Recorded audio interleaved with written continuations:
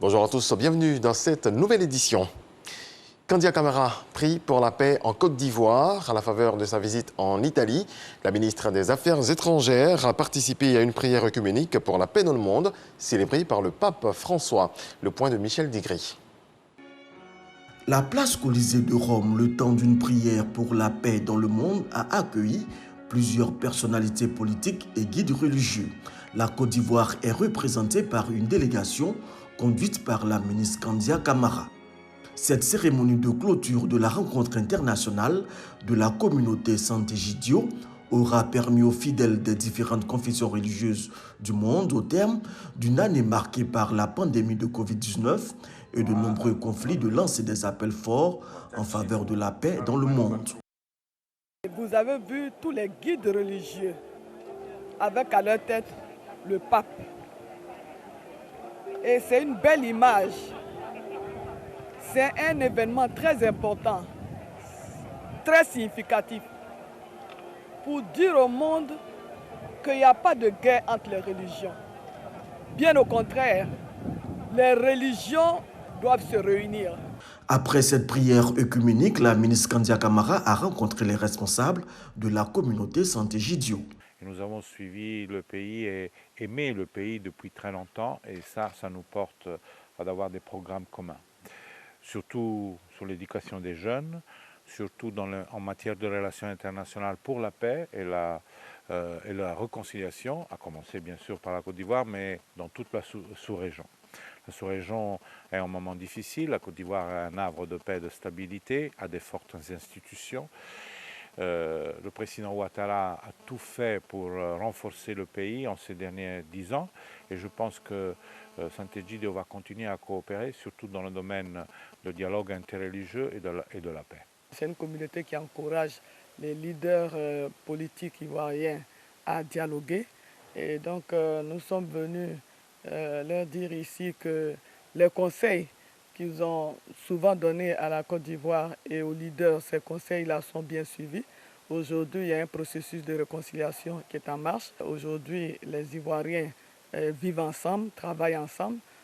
Et donc, nous sommes venus partager tout cela avec M. Mario, et nous voudrons le remercier, lui ainsi que ses collaborateurs, pour cette audience qu'il nous accorde aujourd'hui, et surtout qui nous donne l'occasion de venir témoigner la reconnaissance du président Alassane Ouattara et de l'ensemble des Ivoiriens. La ministre des Affaires étrangères s'est par ailleurs rendue au Vatican, où elle s'est entretenue avec Monseigneur Paul-Richard Gallagher, secrétaire pour les relations avec les États, sur les questions de stabilité et de réconciliation nationale. 15 nouveaux évêques consacrés samedi dernier. Ils viennent augmenter l'effectif des évêques pentecôtistes et évangéliques de Côte d'Ivoire. La cérémonie s'est déroulée à la mission évangélique Grâce de Vie, MEGVI, au plateau de Cuy, sous les regards du parrain, Claude Saï, chef de cabinet du président de la République, Patricia Omouetia. Voici les 15 nouveaux évêques de la conférence des évêques pentecôtistes et évangéliques de Côte d'Ivoire. Parés dans leur tenue d'évêque, ils ont été consacrés ici à la mission évangélique Grâce de paix, MEGVI. Notre mission est de parcourir tous les hameaux afin d'annoncer la bonne nouvelle, paître le troupeau du Seigneur, travailler à l'œuvre de Dieu dans notre nation et aussi à la réconciliation. Le parcours a été long, rempli de hauts et de bas, difficile. Je pense qu'aujourd'hui c'est une consécration. Je veux oublier le passé, je veux oublier tout ce qui est derrière moi, parce qu'une lourde et grande responsabilité me choisit ce jour, et je demande la grâce de Dieu pour pouvoir remplir cette charge. 50 au départ, 15 ont été retenus. Ils ont été chacun soumis au rituel de la consécration des évêques pentecôtistes et évangéliques. Lavage des pieds, signe de dépouillement, position couchée, signe d'humilité, onction d'huile, revêtement des tenues d'évêque, don de Bible et remise de parchemin pour clore le rituel de consécration du Collège des officiants de la CEPECI. Selon l'archevêque Guy Vincent Kodja, président de la Conférence des évêques pentecôtistes et évangéliques de Côte d'Ivoire, l'initiative de cette consécration est d'introduire chaque évêque dans la dimension divine afin d'œuvrer pour l'unité et la paix en Côte d'Ivoire. Aujourd'hui, nous avons eu la grâce d'élever 15 évêques au sein de la CPC, mais surtout 15 évêques en Côte d'Ivoire et pour toute la francophonie. Que Dieu soit béni et Dieu les bénisse dans l'exercice de leurs fonctions, dans l'exercice de leurs charges. Nous prions pour notre nation, la Côte d'Ivoire, et nous croyons que cette cérémonie de consécration va contribuer à la paix et à la consolidation de notre nation. Le parrain et envoyé du président de la République a salué l'initiative et transmis les encouragements du chef de l'État. Je voudrais traduire toute la solidarité spirituelle du président Ouattara à l'endroit du corps du Christ. Ce sont des moments exceptionnels et nous savons le rôle majeur que les hommes de Dieu ont joué dans le fonctionnement de la Côte d'Ivoire. Mais c'est surtout le travail qu'ils font aujourd'hui, mais qui portera ses fruits dans 15-20 ans. La CEPECI, la Conférence des évêques pentecôtistes et évangéliques de Côte d'Ivoire, est dirigée par l'archevêque Kodja Guy Vincent. Autre volet de l'actualité, suite au viol d'une institutrice dans la nuit du 6 au 7 octobre dernier dans la région du Gontougo, ses collaboratrices ont réagi. Elles sont réunies au sein du réseau des institutrices dynamiques de Côte d'Ivoire. Evelyne Yoboué, Sephora Zegui nous en parle.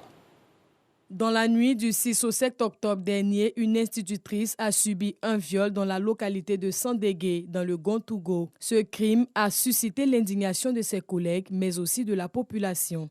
Des voix s'élèvent alors pour condamner cet acte. Le REDICI condamne avec énergie cet acte de viol sur une femme en général et en particulier sur une enseignante. Le REDICI exige que justice soit faite pour servir de leçon et que nous, institutrices, puissions exercer notre métier en toute quiétude partout où le devoir nous appelle. Le REDICI, en pareille circonstance, apporte son soutien moral, matériel et financier à notre collègue. Cette nouvelle qui s'est propagée comme une traînée de poudre sur les réseaux sociaux a conduit à la fermeture des écoles dans cette localité.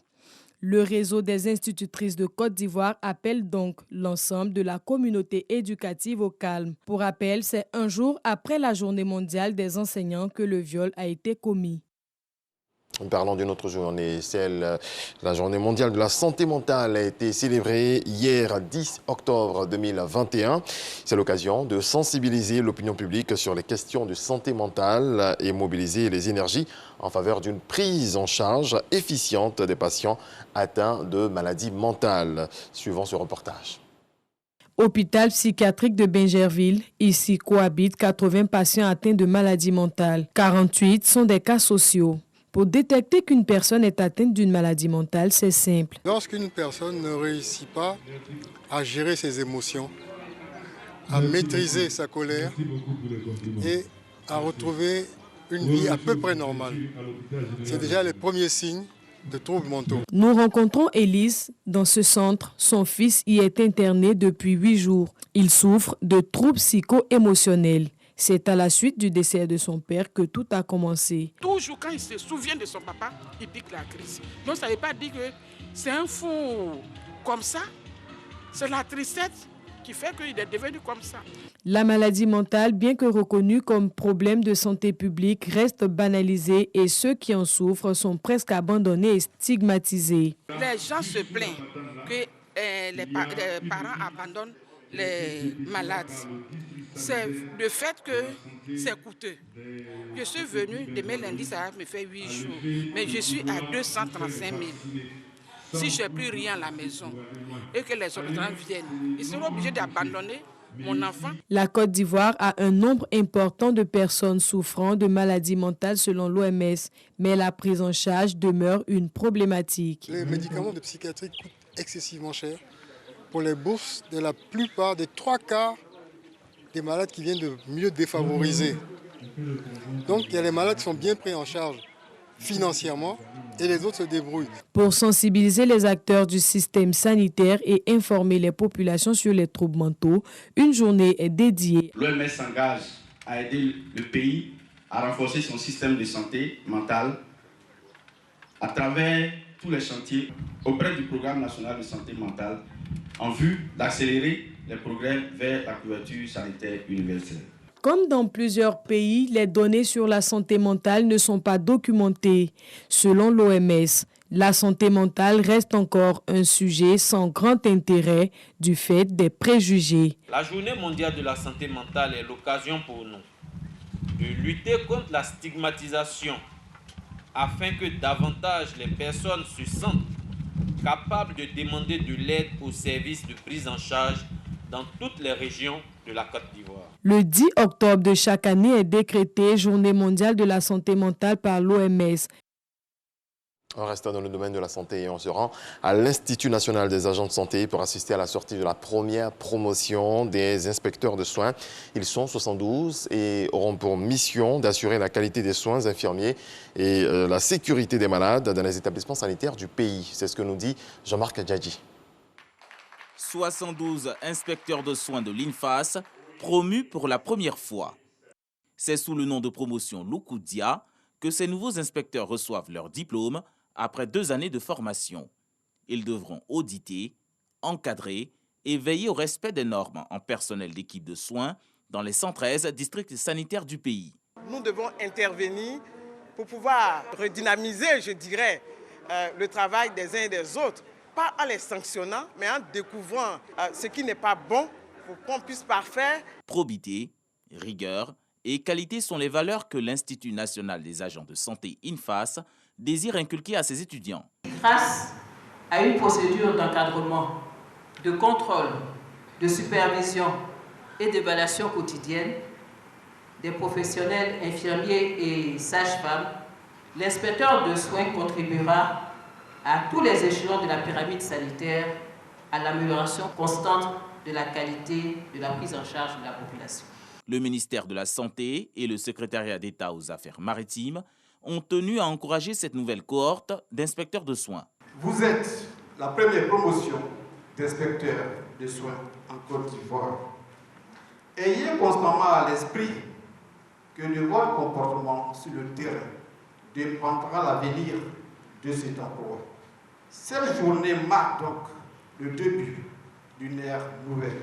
L'inspecteur de soins est un cadre supérieur de la santé et est placé sous l'autorité d'un directeur de soins. L'Institut national des agents de santé INFAS enregistre 75 étudiants pour la 2e promotion des inspecteurs de soins. Dans le reste de l'actualité, ce lundi 11 octobre, la justice militaire ouvre à Ouagadougou, au Burkina Faso, le procès de l'assassinat de Thomas Sankara, le leader de la révolution burkinabé qui a pris le pouvoir par un coup d'État en 1983, a été tué avec 12 de ses collaborateurs. Le 15 octobre 1987, 34 ans après les faits, ce procès peut enfin avoir lieu et les enjeux sont importants. Et puis on termine avec du football. La France a remporté la Ligue des Nations en battant l'Espagne ce dimanche à Milan. Les Bleus succèdent au Portugal de Cristiano Ronaldo. Après une première période sans occasion, les deux formations sont passées à la vitesse supérieure. L'Espagne a ouvert le score et Karim Benzema a égalisé avant que Kylian Mbappé ne double la mise. Voilà qui marque la fin de ce rendez-vous de l'actualité. Merci de nous avoir suivis. Excellente journée. Je vous souhaite beaucoup de paix dans vos foyers.